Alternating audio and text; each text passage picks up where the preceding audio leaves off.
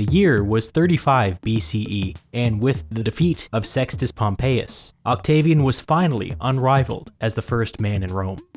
As a reward for saving Rome from the son of Pompey, the Roman Senate bestowed a lifetime honor upon Octavian by declaring his body sacrosanct under Roman law and Roman religion, as if he were a tribune of the plebs. This meant that physically harming Octavian in any way was a religious violation and a death penalty offense. Real heads will remember that Octavian's adoptive father, Julius Caesar, had received the same honor. And, well, in that case it didn't really work out, but it was supposed to be a vote of confidence from the Senate.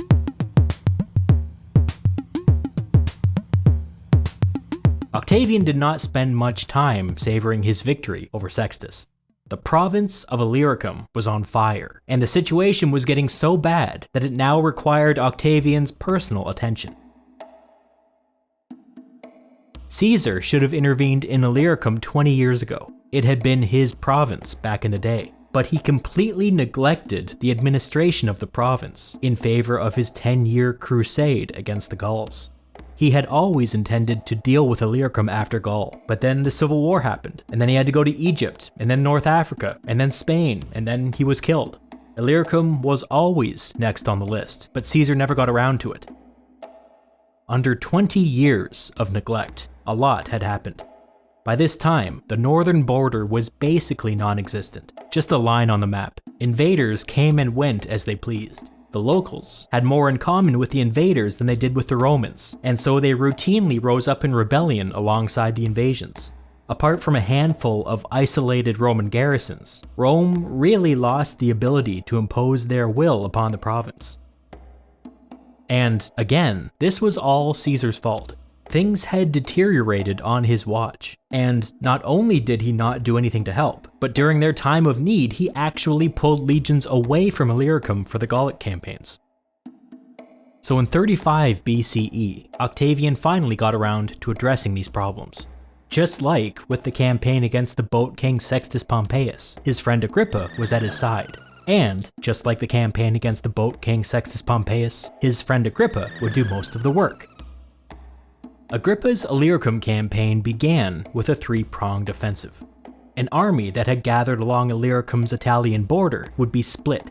One half, under Octavian, would strike northeast into the mountainous interior, and the other half, under Agrippa, would attack southeast, systematically attacking naval ports up and down the coast, which, with the recent instability, had mostly become the home to pirates.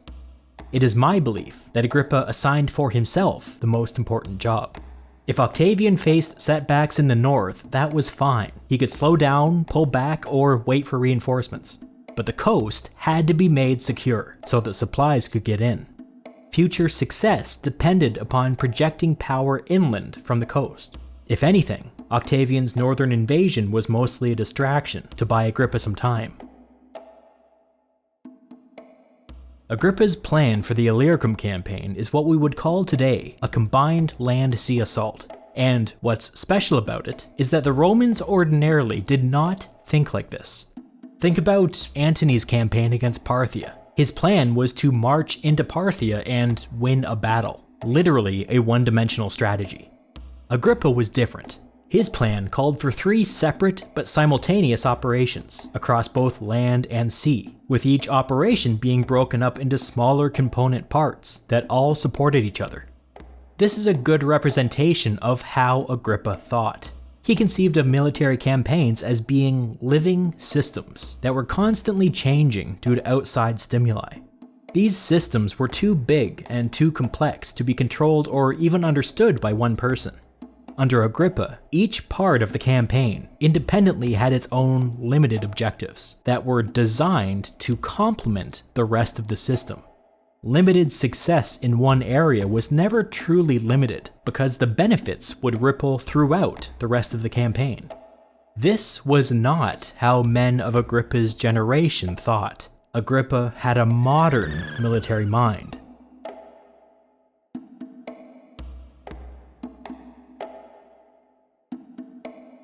Octavian operated in the north and immediately faced setbacks. It's possible that Octavian's initial objective was to make it as far as the river Danube, but the fighting was so tough that he never made it further than the river Sava. The good news was that due to Agrippa's careful planning, none of these setbacks were catastrophic. Once Agrippa secured the coast, he quickly marched north to Octavian's aid. The problem that both Octavian and Agrippa ran into was that once you get a little bit inland, Illyricum turns into a maze of mountains and hills and valleys. The Romans had never bothered to properly map this area. It was not uncommon for the Romans to march into a valley, only to find every known mountain pass held by the enemy.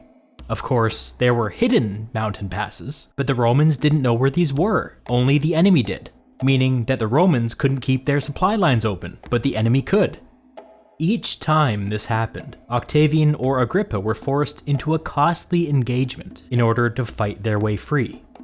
Agrippa's innovation was that he started to send out large scouting parties to the left and right of the army as it advanced. The scouts would leapfrog each other and hold open mountain passes so that the Romans could always retreat if necessary. This almost mathematical caution forced the pace of the campaign to slow to a crawl. What was supposed to be a 1-year campaign dragged into its 2nd year, and then its 3rd.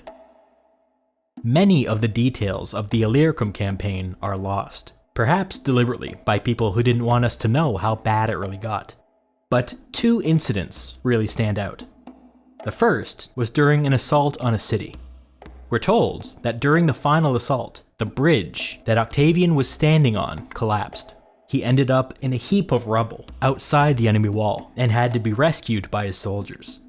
1 leg and both arms were badly injured.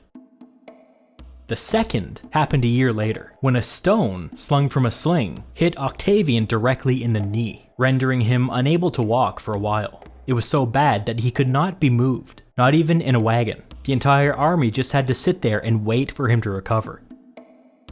These wounds probably stayed with Octavian for the rest of his life, and they provide clues into what is missing from the official story. In both accounts, Octavian is painted in a sympathetic light, but it's noteworthy that the only good things they had to say about him is that he had 2 near-death experiences. It hints at a troubled campaign. Perhaps the whole damn thing was a near-death experience.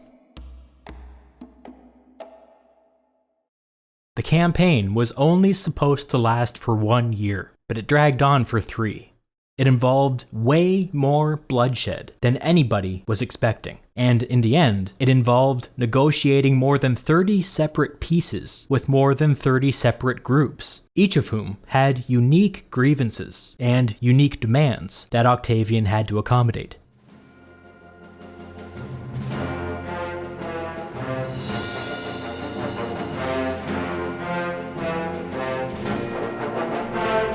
In 33 B.C.E., Octavian and Agrippa declared victory and returned to Rome. The Senate awarded Octavian with a triumph for the campaign in Illyricum, but for political reasons he decided to defer it to a later date. Another hint that it was a troubled campaign.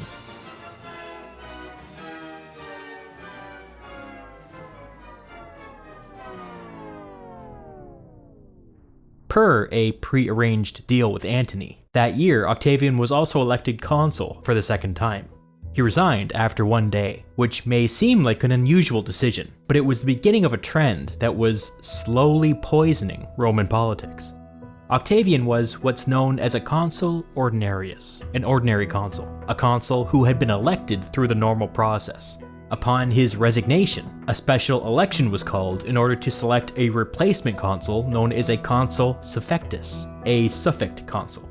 Elections for suffect consuls were only supposed to be called upon the untimely death of the ordinary consul.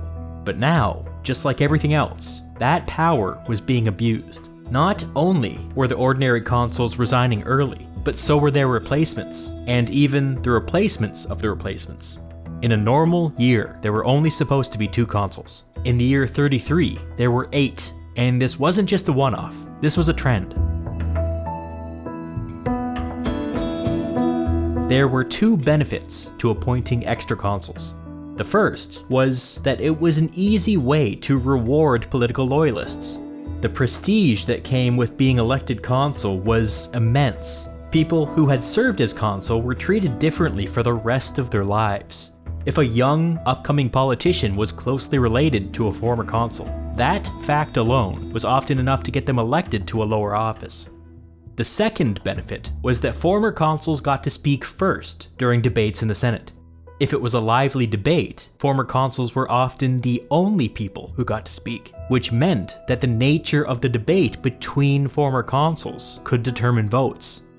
By having a bunch of loyalists elected, Octavian was stacking the bench, so to speak, making it so that his people could dominate Senate debates and drown out any dissent. The trend of passing around consulships like they were nothing would continue for hundreds of years.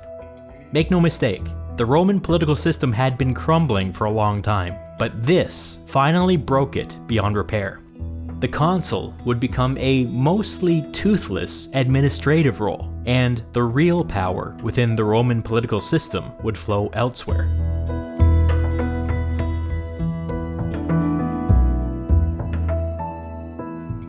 With the conclusion of the war in Illyricum, Octavian and Agrippa turned their focus to the situation in Rome. By 33 BCE, the vibes in Rome were abysmal. There had been a recession, a famine, and civil unrest. People were miserable. The two agreed that Agrippa should run for aedile for the year 33, the officer responsible for public works and festivals. He ran on a platform of cleaning up the city, both literally and metaphorically, and naturally, with Octavian's backing, he won. The problem facing the city was that for at least 30 years, Rome had been dominated by charismatic politicians who liked to run on big flashy promises at the expense of all the boring stuff. Now, Agrippa was going to inject some life into the city by tackling the boring stuff. The first on this list was the construction of a new aqueduct to bring additional water into the city, which he named Aqua Julia in honor of his boss. Remember, Octavian officially went by the name of his adoptive father, Julius Caesar.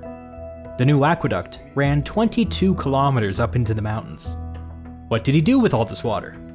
First, he flushed Rome's sewer system, which was not functioning properly, and leaking and making the whole city stink. Disgusting. Once it was empty, he began some long-needed structural repairs.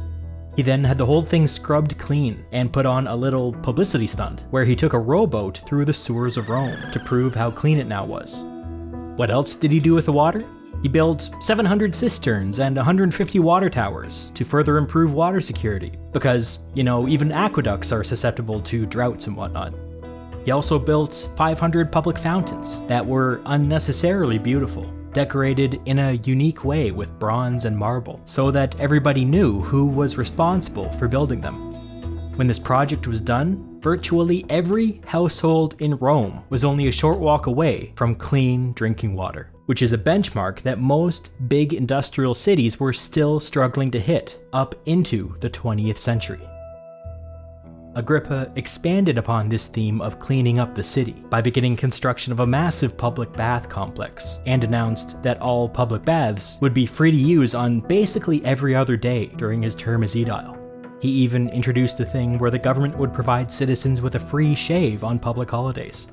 His whole program was aimed at pulling Rome out of its funk and making the city more beautiful, and we are told that he was remarkably successful. Agrippa's term as aedile was considered the greatest in living memory, possibly the greatest ever. In 1 year as a lowly aedile, he accomplished more than many of the consuls had over the preceding 30 years, and people never forgot it.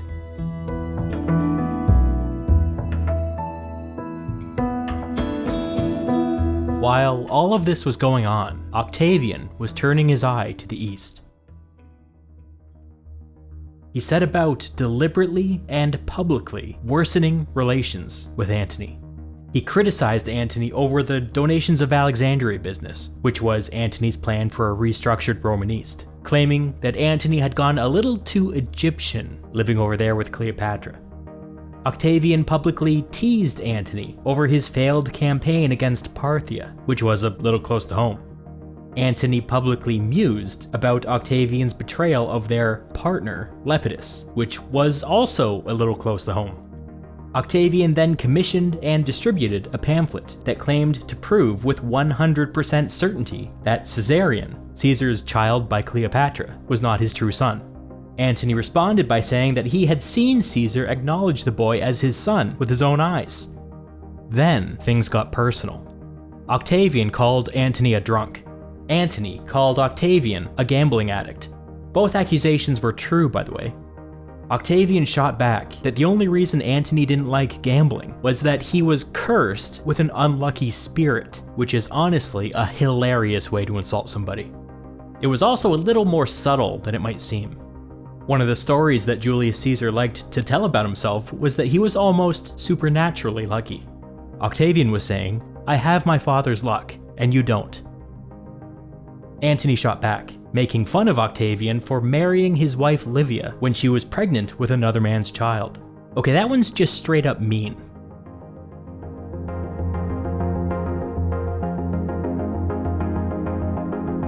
At this point, Antony wrote to Octavian privately. In a miraculous turn of events, this letter was preserved in the Roman archives, and later Roman historians were able to reference it and pass its contents along to us. Disclaimer: I looked into it, and Antony's letter is written using the vulgar and low-class version of certain words, and so any faithful translation should be vulgar and low-class. A lot of translations don't do this. They use poetic or flowery language, but those translations are misleading, and the reason that they are misleading is that academics are a bunch of prudes. In the interest of accuracy, I'm going to use a few naughty words, and then in the interest of my own prudishness, I'm going to bleep them. This is Antony writing to Octavian. What's come over you? Is it that I'm f***ing the queen? But she isn't my wife, is she? It isn't as if it's something new, is it? Or has it actually been going on for 9 years now? What about you then? Is Livia the only woman you f***? Good luck to you if when you read this letter you haven't also f***ed Tertulla, or Tarantilla, or Rufula, or Salvia Tidsenia, or all of them.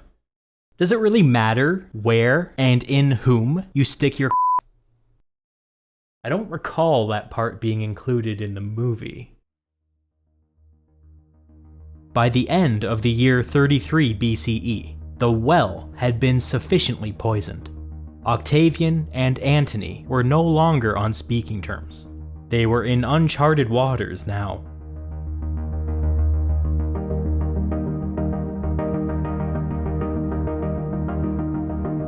In 32 BCE, as part of a prearranged agreement, the two new consuls were to be Antony's men, but this deal had been worked out in a much happier time. By 32, people were after each other's throats. One of the first things introduced by the new consuls was legislation censuring Octavian for trying to provoke a war. A friendly tribune of the plebs vetoed the bill, but the message was sent. Antony's political allies were coming for Octavian. At the next Senate meeting, Octavian showed up flanked by veterans from the Illyricum campaign, who, observers noted, were doing a poor job at concealing the daggers hidden in their clothing. The assassination of Julius Caesar was still fresh in the minds of Rome's political elite, even after all these years. That evening, the two newly elected consuls fled the city of Rome and joined Antony out east. Approximately 1/3 of the Senate followed them. This was probably an unexpected setback for Octavian. Many have guessed that he would not have made such an open threat if he had known that he would split the Senate. Perhaps he was not as popular as he thought. New elections were called to replace the consuls who had fled, and surprise surprise, Octavian's candidates won. The new consuls and the remaining senators then agreed to strip Antony of all his formal powers, including his scheduled term as consul that was to begin next year.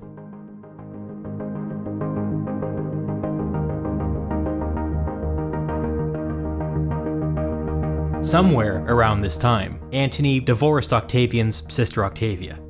It's unclear whether this was direct retaliation against Octavian, or simply something that was a long time coming. But either way, the divorce came as a shock to Octavia. Antony apparently ordered her and their 2 children removed from their home with no warning. Octavia was pretty upset by this, and rightfully so. She moved in with her brother, where she assumed responsibility for raising her 2 children from the marriage with Antony, and also, somehow, 2 of Antony's children from previous marriages. Octavian was pleased by the divorce. It suited his purposes. He made it known to the public that Antony had abandoned his wife and 4 of his children. In his eyes, the divorce meant that his plan was working. It meant that relations with Antony were destabilizing. It was time to take things to the next level.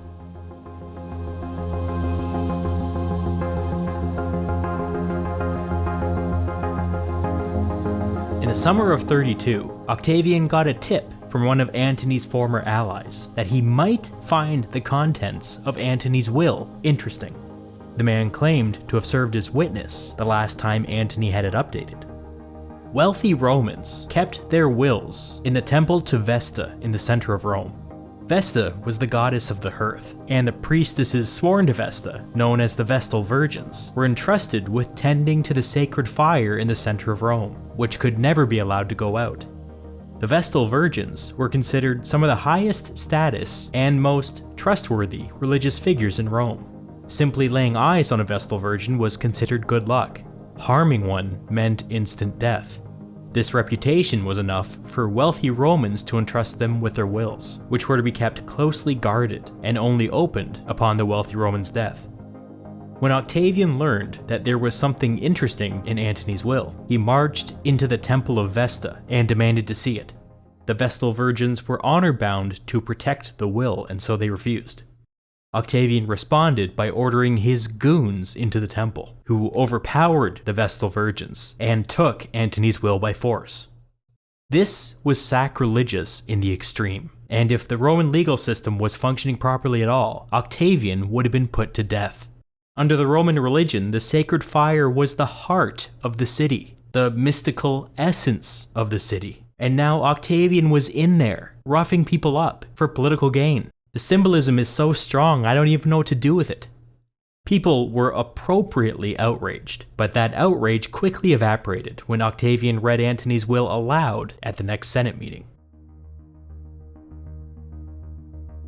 According to Octavian, Antony left instructions for his body to be taken to Alexandria after his death, so that he could be buried alongside Cleopatra. This was considered a shocking revelation, a betrayal of Antony's ancestors, and a symbolic renouncement of his Roman citizenship.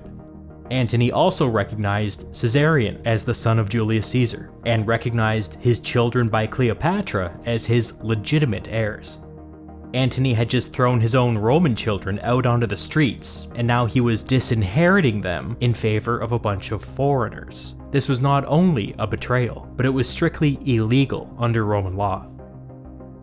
Octavian summarized the contents of the will by saying that Antony had basically betrayed Rome. He framed Antony as an other, as a foreigner, as an existential threat to Rome. He also played up the idea that Cleopatra had ambitions to conquer Rome, and was using Antony as a tool to realize these ambitions. We know that Cleopatra had no such ambitions, and Octavian knew this too, but he said it anyway. Octavian could not go to the Roman people and ask them to support another civil war. There had been too much of that already. People were exhausted. He had to frame Cleopatra as an existential threat that endangered the survival of the Roman state. Octavian's little bit of propaganda, with truth and lies all mixed together, was remarkably successful at winning over public opinion. In time, the Senate got behind Octavian and formally declared war. But they didn't declare war on Antony, and they didn't declare war on Egypt. They declared war on Cleopatra, personally. The irony, of course, was that they would have to go through Antony and his Roman legions to get to her.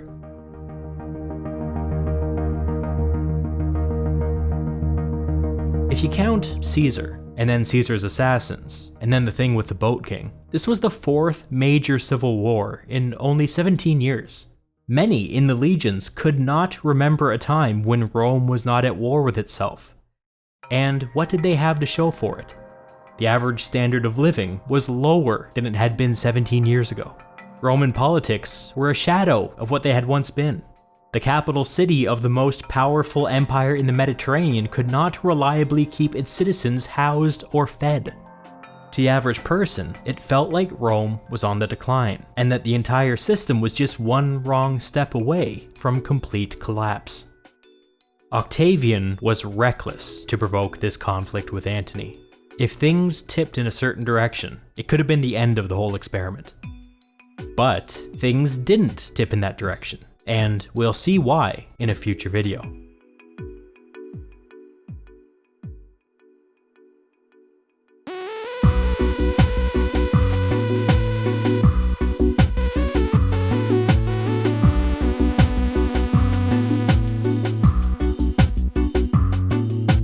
Because, even aqueducts are susceptible to water. Oh, yeah, that is true. They are susceptible to water.